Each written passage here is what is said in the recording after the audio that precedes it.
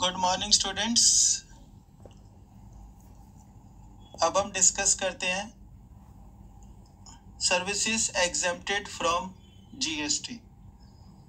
So in exercise of the powers conferred by the section 11(1) of the CGST Act 2017, the central government, on the recommendations of the council, has notified services which are exempt from CGST.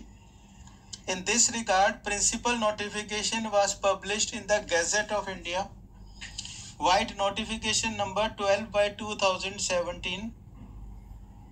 The central tax bracket में rate है, dated the 28th June 2017. Similar notifications have been issued under IGST Act and SGST Act.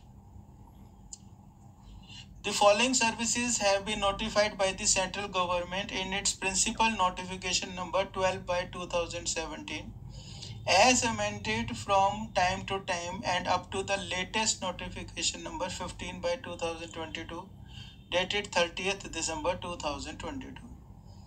अब हम इन services को समझते हैं one by one.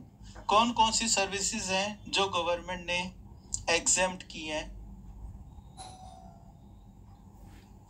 तो number 1 entry है इसमें आपकी seized by an entity registered under section 12AA or 12AB of the Income Tax Act 1961 by way of charitable activities.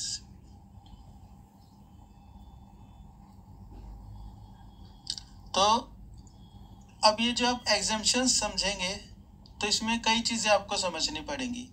पहले ये कि क्या वो फुल एग्जेम्पशन है, मतलब एब्सोल्यूट एग्जेम्पशन है, सभी लोगों को है, सभी पीरियड्स में है, सभी जगह पर है, या फिर वो कुछ खास लोगों को है, मतलब वो कंडीशनल एग्जेम्पशन है कुछ खास पीरियड के लिए।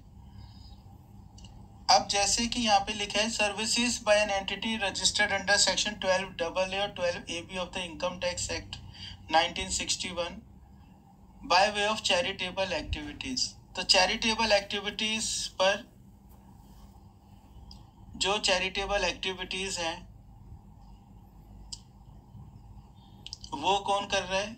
एक एंटिटी जो रजिस्टर्ड है सेक्शन 12AA और 12AB में। कौन सी वो चैरिटेबल एक्टिविटीज हैं वो भी यहाँ पर स्पेसिफाइड है।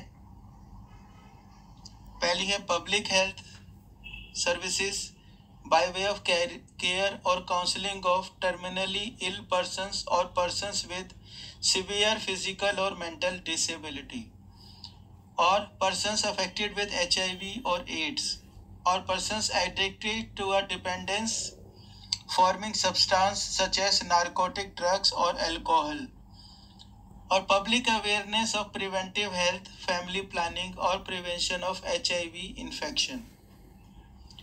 और कौन सी एक्टिविटीज हैं?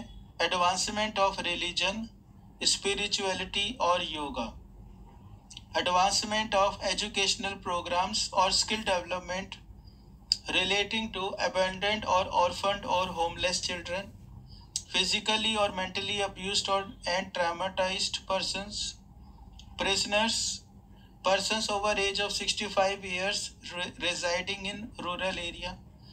और लास्ट एक्टिविटी है preservation of environment including watershed, forest and wild life. तो ये सब क्या बताई गई है? Charitable activities. और ये कौन कर रहा है? सर्विसेज जो इनकम टैक्स में रजिस्टर्ड है। तब इन एक्टिविटीज पर जीएसटी एप्लीकेबल नहीं होगा।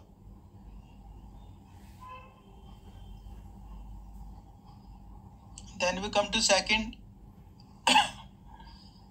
services by way of transfer of a going concern as a whole or an independent part thereof। तो अगर आप एक कंपनी, चलती हुई कंपनी को ट्रांसफर करते हैं, बेचते हैं, तो वो जो बेचने की सर्विस है उसके ऊपर जीएसटी एप्लीकेबल नहीं होगा। तीसरा लिखा है प्योर सर्विसेज जो गवर्नमेंट देती है, चाहे वो सेंट्रल गवर्नमेंट हो, स्टेट गवर्नमेंट हो, यूनियन टेरिटरी हो, लोकल अथॉरिटी हो, और या फिर वो किसी पंचायत से रिलेटेड हो या म्यूनिसिपैलिटी से रिलेटेड फंक्शन हो। अब ये 3A का मतलब है ये बाद में ऐड किया गया, ओरिजिनल नोटिफिकेशन में नहीं थी। यहाँ पर लिखा है composite supply of goods and services in which value of supply of goods constitutes not more then 25% of the value of said composite supply provided to the government, state government or union territory or local authority by way of an activity in relation to any function entrusted to a panchayat or in relation to any function entrusted to a municipality। इसका क्या मतलब हुआ कि आप कोई supply करते हैं in relation to any function entrusted to panchayat और म्यूनिसिपैलिटी, और उस सप्लाई में सर्विसेज की वैल्यू 75% से ज़्यादा है, गुड्स की वैल्यू 25% से ज़्यादा नहीं है, तब वो इसको एग्जेम्प्ट करेंगे। Then services by a governmental authority in relation to any function entrusted to a municipality, तो वो आपको एग्जेम्प्ट किया। आगे services by a government authority in relation to function to a panchayat, तो वो भी एग्जेम्प्ट है। अब 7th हम डिस्कस करते हैं।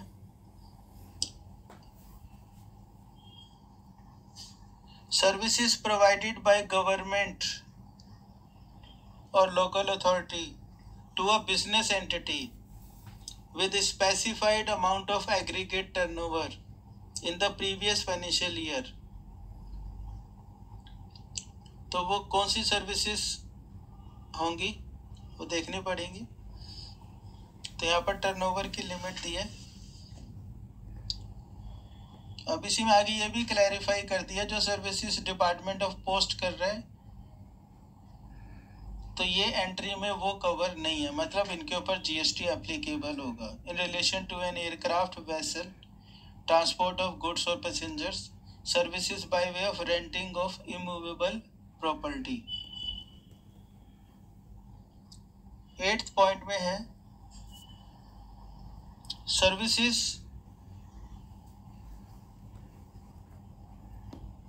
प्रोवाइडेड बाय गवर्नमेंट एक्स्ट्रा उनके ऊपर जीएसटी नहीं एप्लीकेबल होगा। या फिर services provided by government local authority where consideration does not exceed 5000।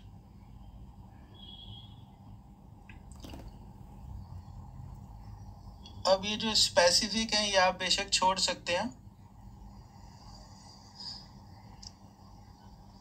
इसमें जो इम्पोर्टेंट है वो आप समझ सकते हैं कौन से करेंगे। 11th इसमें इम्पोर्टेंट है services by way of pure labour contracts of construction, erection, commissioning, installation of original works pertaining to a single residential unit otherwise than as part of a residential complex।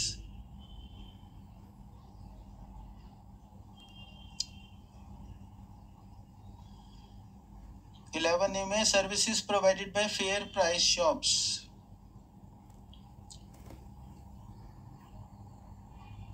12th important है services by way of renting of residential dwelling units for use as residence except where residential dwelling is rented to a registered person। अब अगर registered person को आप किराए पे देते हैं रहने के लिए, तो फिर रिवर्स चार्ज में रजिस्टर्ड पर्सन उसके ऊपर जीएसटी पे करेगा।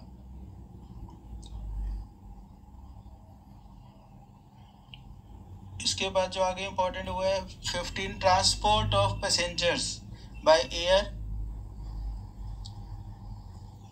लेकिन कुछ स्टेट्स यहाँ पे स्पेसिफाइड है, वहाँ पर non air conditioned contract carriage other than radio taxi for transportation of passengers,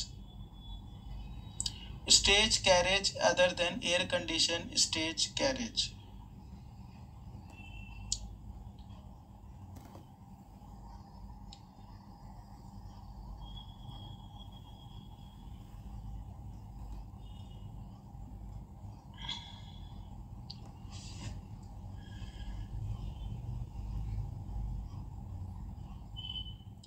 17th में services of transportation of passengers,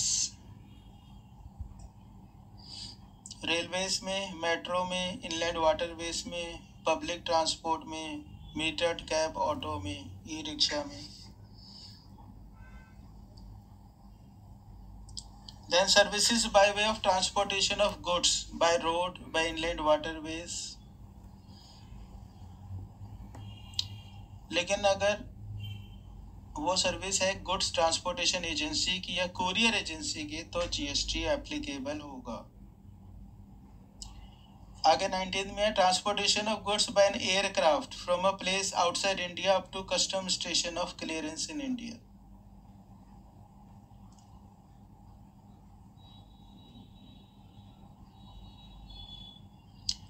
Then services by way of transportation by rail or vessel from one place in India to another place of the following specified goods.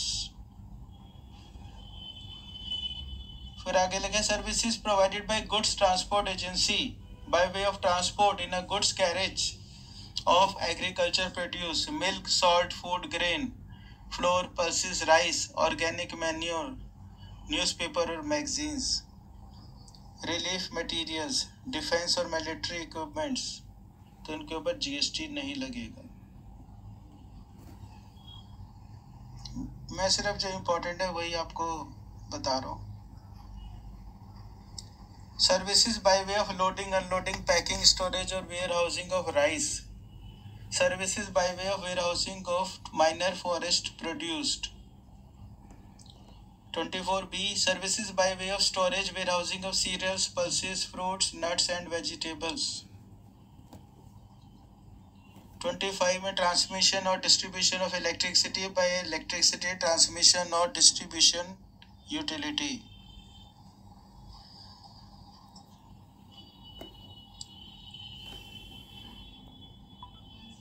Then services by way of extending deposits, loans and advances as the consideration is represented by way of interest or discount other than interest involved in credit card service.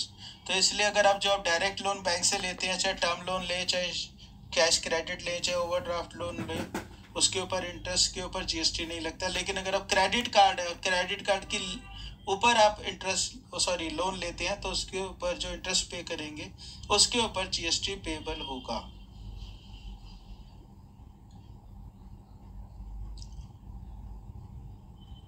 आगे देखिए services of life insurance business, services by ESI, services by EPFO, services by national pension scheme, services of general insurance business, services of life insurance business.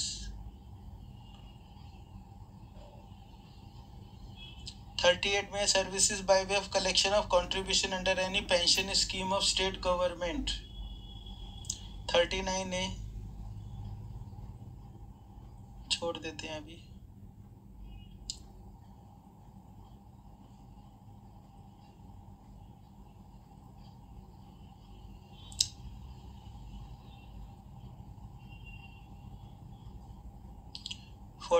देखते हैं services provided by an incubatee up to a total turnover of 50 lakhs in a financial year subject to the following conditions, कि उससे पिछले साल भी turnover 50 lakh से ज़्यादा ना हो और एग्रीमेंट होने के बाद 3 साल तक आप ये क्लेम कर सकते हैं। इनक्यूबेटी का मतलब entrepreneur located within the premises of technology business incubator or science and technology entrepreneurship park recognized by National Science and Technology Entrepreneurship Development Board.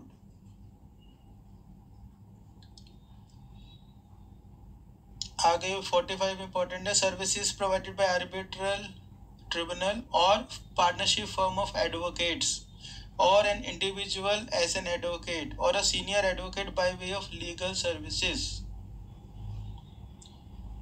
Services by a veterinary 46 में clinic, veterinary clinic in relation to health care of animals or birds. 50 में services of public libraries.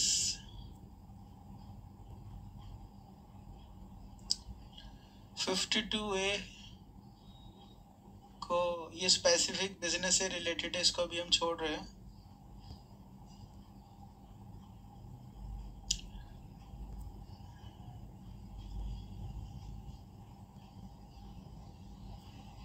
(66) important services provided by an educational institution to its students, faculty and staff। तो उसमें education के साथ साथ transportation, catering, security, admission, online journals, ये सब exempted services हैं।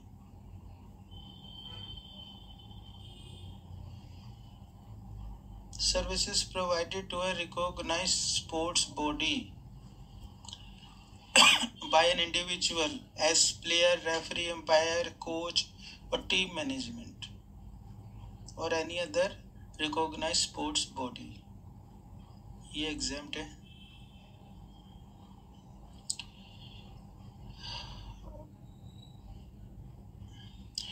आगे 78 में services by an artist by way of performance in folk और classical art form of music, dance और theatre if consideration charge is not more than 1,50,000। इससे ज़्यादा है तो होगा। However, exemption shall not apply to services provided by such artist as a brand ambassador।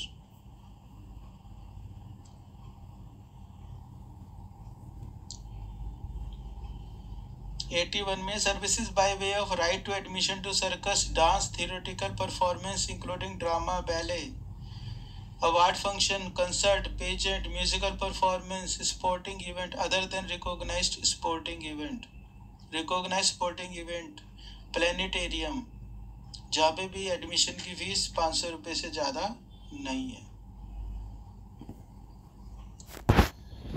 तो ये सब देख के आपको समझ में आया होगा, ये सब स्पेसिफिकली दी गई हैं कुछ स्पेसिफिक एंटिटीज को, कुछ स्पेसिफिक एक्टिविटीज के लिए,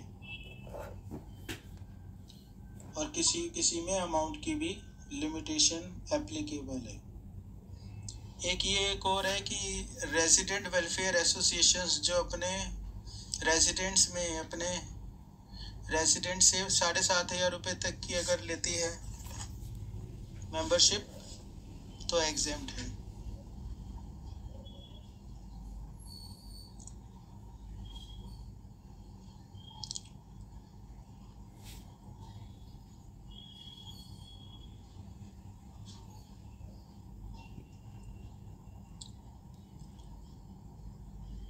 उसके अलावा ये कुछ एडिशनल एग्जेम्प्टेड सर्विसेज हैं, ये आप खुद भी पढ़ सकते हैं।